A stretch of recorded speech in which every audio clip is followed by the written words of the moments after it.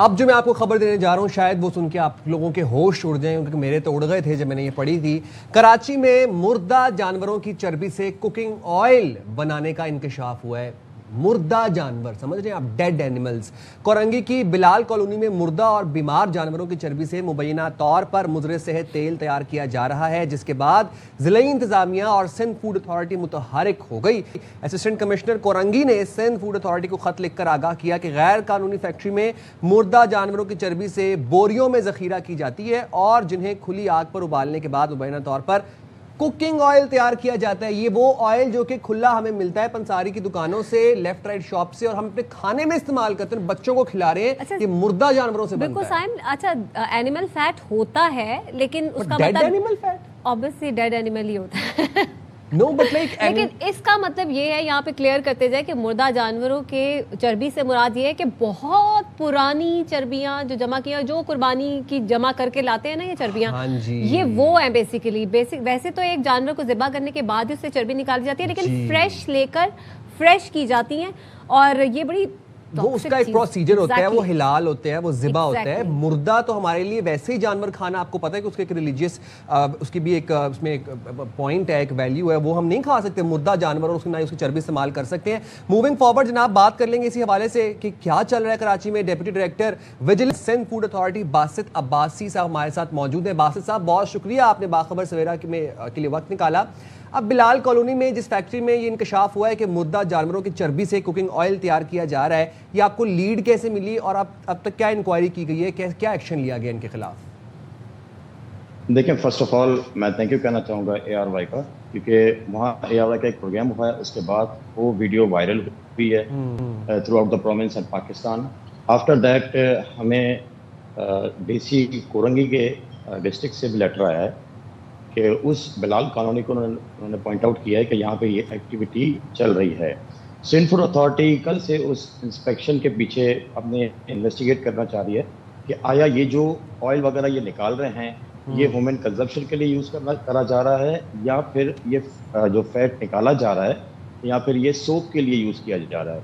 हम प्रॉपर तरीके से इसको इंस्पेक्ट करवा के डॉक्यूमेंट्री एविडेंस लेके उसके बाद हम फाइनल डिसीजन अपने हाई अप से शेयर करके और अपना एक्शन उठाएंगे। अगर ये ह्यूमन कंजप्शन के लिए ऑयल यूज़ करा जा रहा है या डिस्ट्रीब्यूट करा जा रहा है तो हम फुली लीगल जितना भी एक्शन है वो उठा सकते, वो उठाएंगे।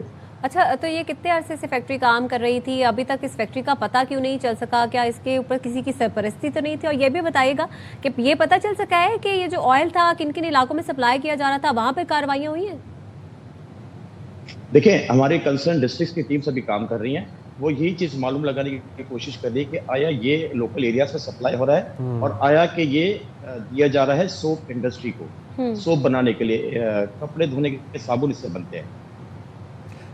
ये इंडस्ट्री पहले नहीं थी यहाँ पे, ये बेसिकली इंडस्ट्री नहीं है, एक प्लॉट है, प्लॉट के ऊपर ये काम करा जा रहा है।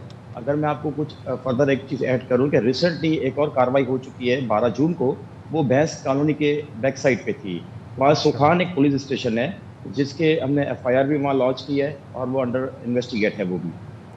बट बासित साहब, चाहे ये कुकिंग ऑयल के लिए इस्तेमाल हो रहा हो, चाहे ये सोप्स के लिए इस्तेमाल हो रहा हो, it's threat to human life ना। तो कभी आप लोगों को या फूड अथॉरिटी महकमे को ये ख्याल आया कि काबीना से बाकायदा बिल पास करवाया जाए, क्योंकि ये तो इक़दाम कत्ल है सीधा सीधा? देखें, हमारे एक्ट में कोई भी ऐसी चीज़ को सपोर्ट नहीं किया जाता। फुली टाइम हम इस पर एक्शन उठा सकते हैं, हम उठाएंगे बिल्कुल, और हमने पहले भी प्रीवियस काफ़ी बड़े बड़े एक्शन भी उठाए, बड़े बड़े ऑपरेशन किए हुए हैं। अगर ऐसी चीज़ हमें प्रूव हो जाती है तो हम फुली तौर पे इसको हमेशा के लिए सील कर देंगे। इनके लाइसेंस वगैरह तो मुझे 100% श्योर है कि इनके पास नहीं होगा। अच्छा, ठीक है।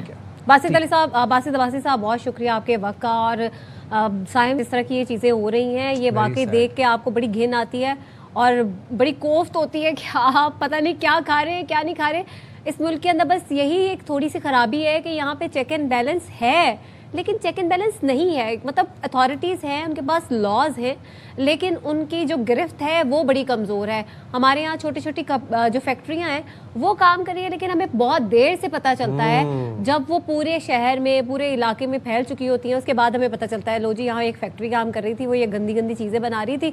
एक तो टाइम वो भी था कि बहुत ज़्यादा हम देखते थे कि जो टैबलेट्स होती हैं उनको रीफ़िल किया जाता था और जो सिरप्स होते हैं उनको रीफ़िल किया जाता था उनकी बोतलें धोने के बाद।